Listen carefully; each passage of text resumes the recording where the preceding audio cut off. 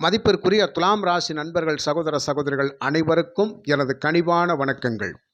எதிர்வரக்கூடிய சனிப்பெயர்ச்சி பலன்கள், ராகுகேது மற்றும் குரு பகவானுடைய பயிற்சி பலன்கள் எல்லாம் உங்களுக்கு என்ன மாதிரியான சுபத்துவமான பலன்களை கொடுக்கும், என்னென்ன மாதிரியான மாற்றங்கள், முன்னேற்றங்கள், திடீர் திருப்பங்கள் எல்லாம் என்ன நிகழும் அப்படிங்கிறத பற்றி ஒரு தெளிவான விளக்கத்தோட பொதுவான பலனாக இந்த பதிவில் நம்ம பார்க்கலாம். காலச்சக்கரத்திற்கு 7வது வீடு இந்த துலாம் ராசி, துலாம் லக்னம். இந்த லக்னத்திற்கு சுக்கிரனே ஆட்சியாளராகின்றார். இந்த லக்னத்தில்தான் சனி பகவான் உச்சம் பெறுவார். இந்த துலாம் ராசி, துலாம் லக்னத்தில்தான் சூரியன் நீச்சம் பெறுகின்றார். இந்த துலாம் ராசி, துலாம் லக்னத்திற்கு புதன், ராகு, கேது 3 கிரகங்களும் நட்பு என்ற நிலையில் இருக்கும். குரு பகவான் இந்த துலாம் லக்னம், துலாம் ராசிக்கு பகையாளராக வருவார். சந்திரன், செவ்வாய் இருவரும் சமம் என்ற நிலையில் இருப்பார்கள். ராசி தத்துவத்தில் இது சரராசி. இந்த சரராசிக்கு 2ஆம் இடமும் 7ஆம் இடமும் மாரகஸ்தானங்களாக வரும். அப்படி என்றால் இந்த துலாம் லக்னம், துலாம் ராசிக்கு செவ்வாய் அப்படிங்கிற கிரகமே மாரகாதிபதியாக செயல்படுவார். அப்போ செவ்வாய் திசை நடக்கின்ற காலகட்டங்களோ அல்லது எந்த தசை நடந்தாலும் செவ்வாய் புத்தி நடக்கின்ற காலகட்டங்களிலோ ஜாதகர்களுக்கு மிகுந்த சிரமங்களை தரும். அது 2ஆம் இடம் குடும்பஸ்தானம் என்பதாலும் 7ஆம் இடம் களத்திரஸ்தானம் என்பதாலும் குடும்பத்திலும் நண்பர்கள், வெளிவட்டார பழக்க வழக்க தொடர்புகளிலும் சிரமங்களை ஏற்படுத்துவார். அப்படிங்கிறது இந்த செவ்வாய் திசையில் வரக்கூடிய அமைப்பு. இந்த ராசி லக்னத்திற்கு 11ஆம் இடம் பாதகஸ்தானம் என்பதால் சூரியனோட வீடு சிம்மம் பாதகஸ்தானமாக வருகின்றது. அப்போ சூரியன் பாதகாதிபதியாக செயல்படுவார். அப்போ சூரிய திசை நடந்தாலும் ஜாதகர்களுக்கு மிகுந்த சிரமங்களாக இருக்கும் அப்படிங்கிறது அர்த்தம். இந்த துலாம் லக்னத்தில் சனி பகவான் உச்சம் பெறுவார் அப்படிங்கிற ஒரு விஷயத்தை சொல்லியிருக்கிறோம். புதன், சனி இருவரும் சுபர்களாக செயல்படுவார்கள். அதாவது துலாம் லக்னம், துலாம் ராசிக்கு 5ஆம் அதிபதி சனி பகவான், பாக்கியாதிபதி புதன் பகவான். இதில் சனி பகவானே முழு சுபராக வேலை செய்வார். சனி பகவான் முழு சுபர். லக்னத்தில் ராசியில் சனிதான் உச்சம் பெறுகின்றார். இந்த துலாம் ராசிக்கு ஒரு முக்கியமான விஷயம் என்ன அப்படின்னு கேட்டால், உழைப்பிற்கு அஞ்சாதவர்கள். அதனால தான் சனி இங்கே உச்சம் பெறுகின்றார். வாழ்க்கையில் எவ்வளவு உயரத்தில் இருந்தாலும், அதாவது வசதி வாய்ப்புகள் கூடுகின்ற காலகட்டத்தில் கூட நான் அப்படி இருக்கேன், இப்படி இருக்கேன் அப்படின்னு சொல்லி ஆர்ப்பாட்டம் இல்லாமல் அமைதியாக இருக்கக்கூடியவர்கள். ஏன் என்று சொன்னால், இந்த சனி பகவான் சுவாதி நட்சத்திரத்தில் தான், அதாவது ராகு பகவானுடைய நட்சத்திரத்தில் தான் உச்சம் பெறுவார். ராகு பேராசைக்காரன், எவ்வளவு பணம் பொருள் வேணாலும் சம்பாதிக்க வைப்பார். ஆனால் சனி அடக்க ஒடுக்கத்திற்கு பேர் போனவர். நீதியாக இருப்பாங்க, நியாயமாக இருப்பாங்க, தர்மத்தின் வழியிலேயே நடக்கக்கூடியவர்கள். அநீதியான செயல்களுக்கு ஒரு காலமும் துணை போக மாட்டார்கள். தன்னை சுற்றியே ஒரு அக்கிரமங்கள் நடந்து கொண்டிருந்தாலும், அநியாயங்கள் நடந்தாலும், சட்டத்துக்கு புறம்பான செயல்கள் செயல்பட்டு கொண்டிருந்தாலும் அதை பார்த்துக்கிட்டு துலாம் ராசி நண்பர்கள் சும்மா இருக்க மாட்டீங்க. ஒரு வார்த்தைனாலும் போய் கேட்டால் தான் உங்களுக்கு மனசார். ஏன் என்று சொன்னால், இந்த துலாம் ராசியினுடைய சின்னமே தராஸ். எனக்கு நியாயம் மட்டும்தான், தர்மம் மட்டும்தான், நீதி மட்டும்தான், உண்மை மட்டும்தான், வாக்குவன்மை மட்டும்தான் அப்படிங்கிற ஒரு செயல்பாட்டில் முழு ஈடுபாடோட லட்சியத்தோடு இருக்கக்கூடியவர்கள். அப்படிங்கிறதுனால தான் உங்கள் கண்ணு முன்னாடி எந்த ஒரு சம்பவங்கள், அநீதியான சம்பவங்கள் நடந்தாலும் உங்களால் பார்த்துக்கிட்டு சும்மா இருக்க முடியாது. அதை உடனே தட்டி கேட்கணும், அதற்கு உடனே நீதி வழங்கணும். அல்ல, அந்த நீதியை கேட்டு போராடக்கூடிய தன்மையெல்லாம் இந்த துலாம் ராசி நண்பர்களுக்கு உண்டு. அப்படித்தான் நீங்கள் இருப்பீங்க. ஆனால் கொடுத்த வாக்கை காப்பாற்றுறதுல உங்களை அடிச்சுக்கிறதுக்கு யாராலையும் முடியாது. இந்த துலாம் ராசிக்காரவங்க ஒரு வாக்கு கொடுத்துட்டீங்க அப்படின்னு சொன்னால், அந்த வாக்கை எப்பாடுபட்டாவது அந்த வாக்கை நம்ம காப்பாற்றியே ஆகணும் அப்படிங்கிறதுல வைராக்கியத்தோடு இருக்கக்கூடியவங்க. அதனால் இந்த துலாம் ராசி நண்பர்கள் உங்கள்கிட்ட யாராவது ஒருத்தவங்க உதவின்னு கேட்டுட்டாலோ, அந்த உதவி எப்பேற்பட்ட உதவியாக இருந்தாலும் காலம் தாழ்த்தாமல், யோசிக்காமல் உதவி செய்யக்கூடியவர்கள். தன்கிட்ட ஒருத்தர் 100 ரூபா பணம் கேட்டார்னா, ஐயோ என்கிட்ட 10 ரூபா தான் இருக்குதே, இந்தா வச்சுக்க, 100 ரூபாய் என்கிட்ட இல்லை அப்படின்னு சொல்லி வருத்தப்படக்கூடியவங்க. மனசளவில் யாரையும் ஏமாற்றணும், ஒருத்தருக்கு துரோகம் பண்ணணும், ஒருத்தருக்கு பாதகம் பண்ணணும், ஒருத்தனுடைய உடைமைகளை பறிக்கணும், ஒருத்தனுடைய காசுக்கோ பணத்துக்கோ ஆசைப்படணும் அப்படின்னு சொல்லி ஒரு காலம் நினைக்காத நபர்கள் யார் அப்படின்னு கேட்டால் துலாம் ராசி. இந்த துலாம் ராசியில் பிறந்த நண்பர்கள் இப்படித்தான் இருப்பீர்கள். அதனால் வாழ்க்கையில் ஒவ்வொரு நிமிஷமும் ஒவ்வொரு அடியும் எடுத்து வைக்கின்ற பொழுது பார்த்து பார்த்து யோசனை பண்ணி தான் எடுத்து வைப்பீங்க. தன்னை சார்ந்தவர்களிடத்தில் மட்டுமல்லாது அது யாராக இருந்தாலும் கவனத்துடனேயே தான் நீங்கள் பயணிச்சுட்டு இருப்பீங்க.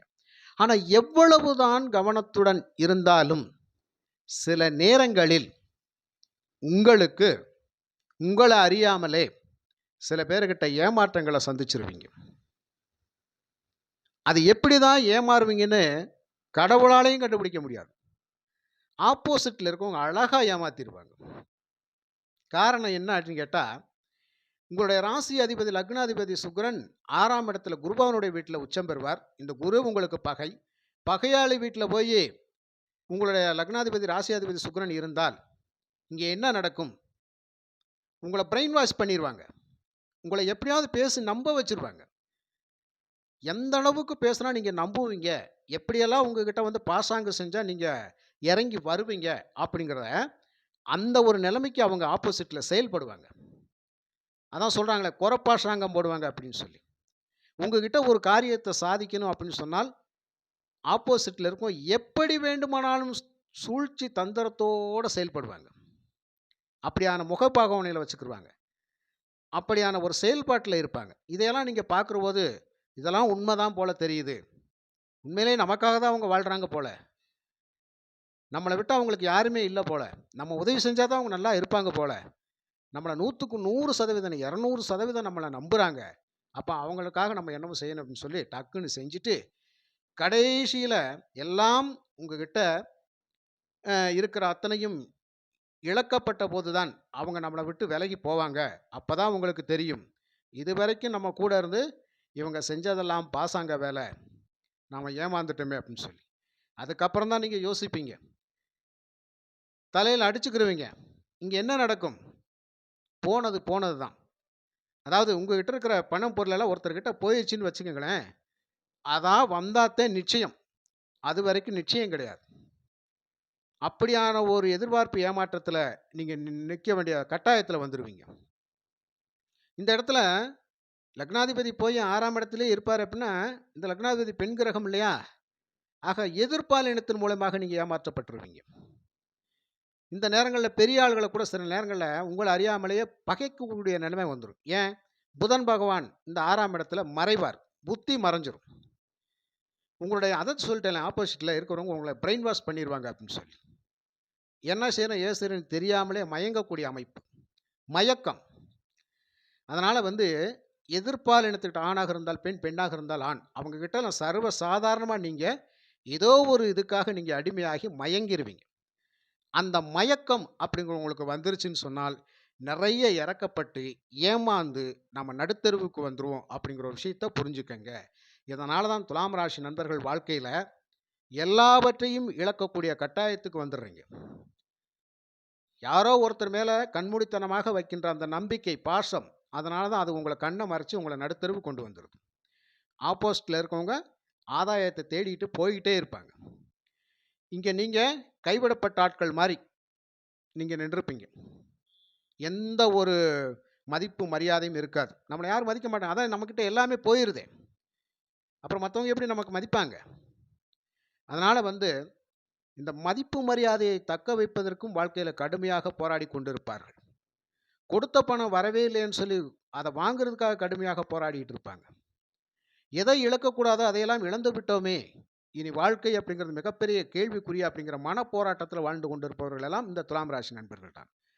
அதனால் துலாம் ராசி நண்பர்கள், லக்னத்தில் பிறந்த நண்பர்களை பொறுத்த மட்டும் வாழ்க்கையில் உங்களுக்குன்னு ஒரு கனவை வைத்து கொள்ளுங்கள், ஒரு நினைவை உருவாக்கி கொள்ளுங்கள். நாம் இப்படித்தான் இருக்க வேண்டும், இப்படி தான் பேசணும், இப்படி தான் போகணும், இப்படி தான் வரணும், இப்படி தான் பழக்க வழக்கம் வச்சுக்கிறணும், இப்படி போனால் மட்டும்தான் நம்ம ஜெயிக்க முடியும் அப்படின்னு சொல்லி ஒரு வைராக்கிய தன்மைக்கு வாங்க. உங்களை நீங்களே ஒரு சிறிய வட்டத்துக்குள்ளே வச்சு பூட்டிக்கங்க. அப்போ தான் உங்களை யாரும் நெருங்க மாட்டாங்க. புரியுதுங்களா? நல்லவர்களுக்காக வாழுங்கள். தீயவர்களுக்காக வாழாதீங்க.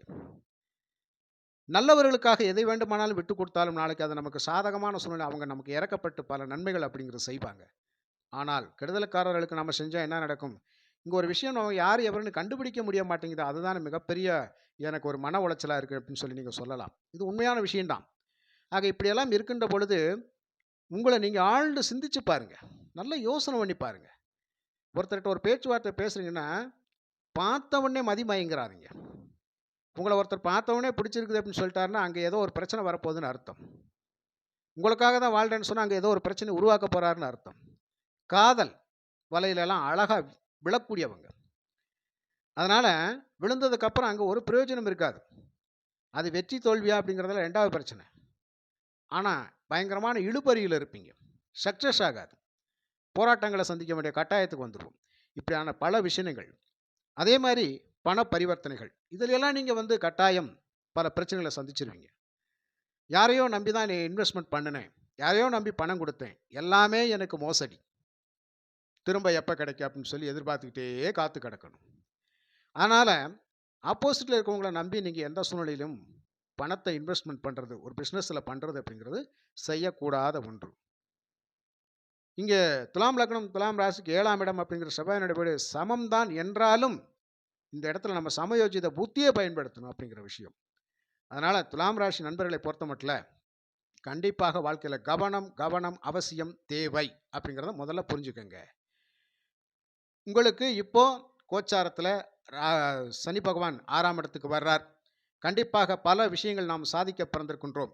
எதிரிகளை சூழ்ச்சி தந்திரத்தோடு வென்று, நோய் நொடி உபாதைகளிலிருந்து நம்ம மீண்டு வெளிய வந்து, கடன் பிரச்சனையிலிருந்து மீண்டு வெளியில வந்து, கொஞ்சம் கொஞ்சமா மாற்றம் முன்னேற்றத்தை நாம் சந்திக்கப் போகின்றோம் அப்படிங்கிற எந்த ஒரு மாற்று கருத்தும் இல்லை. சுப செலவுகளுக்கு மட்டுமே நாம் நம்மை ஆட்கொள்ள போறோம். மத்தபடி வந்து தேவையில்லாத செலவுகளை நம்ம கட்டுப்படுத்த போறோம். இங்கே 9ஆம் இடத்தில் பாக்கியஸ்தானத்தில் குரு பகவான் வந்து பலவிதமான நன்மைகளை வாரி வழங்க காத்திருக்கின்றார். அதனால சகல விதத்திலையும் பிரச்சனைகள் தீரும். கொடுத்த பணம் திரும்ப கிடைக்கும். துலாம் ராசி நண்பர்களுக்கு ரொம்ப நாளா ஒரு ஆள்கிட்ட இருந்து எனக்கு பணம் வர வேண்டியது இருக்குதுங்க. அது எப்பங்க வரும்? அந்த பணம் வந்துச்சுன்னு சொன்னா, அவங்கனால தான் நான் கடன் கட்டிக்கிட்டு இருக்கிறேன். நான் தான் வட்டி கட்டிக்கிட்டு இருக்கிறேன்.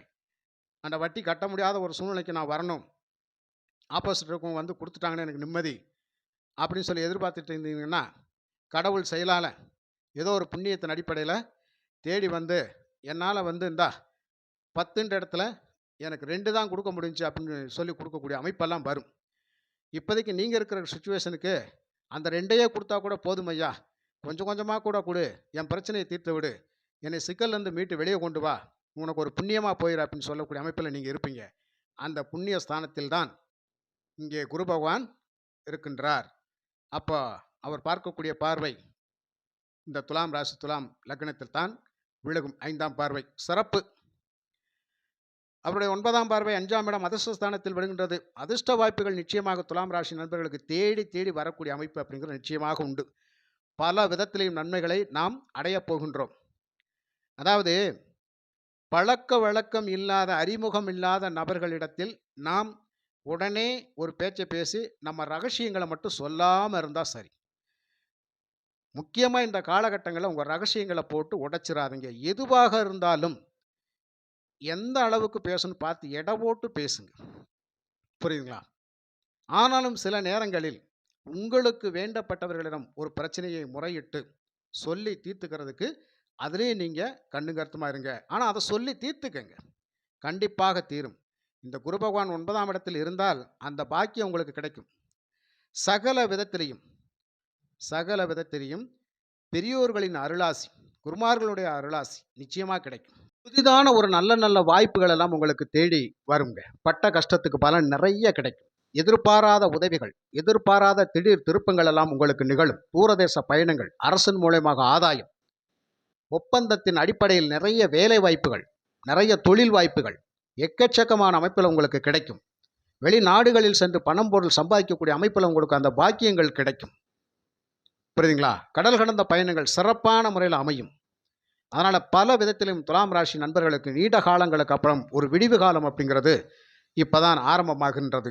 உங்களுடைய நீண்ட கால கனவுகள், கோரிக்கைகள் எல்லாம் நிறைவேற்றப்படும், பலிதமாகும்.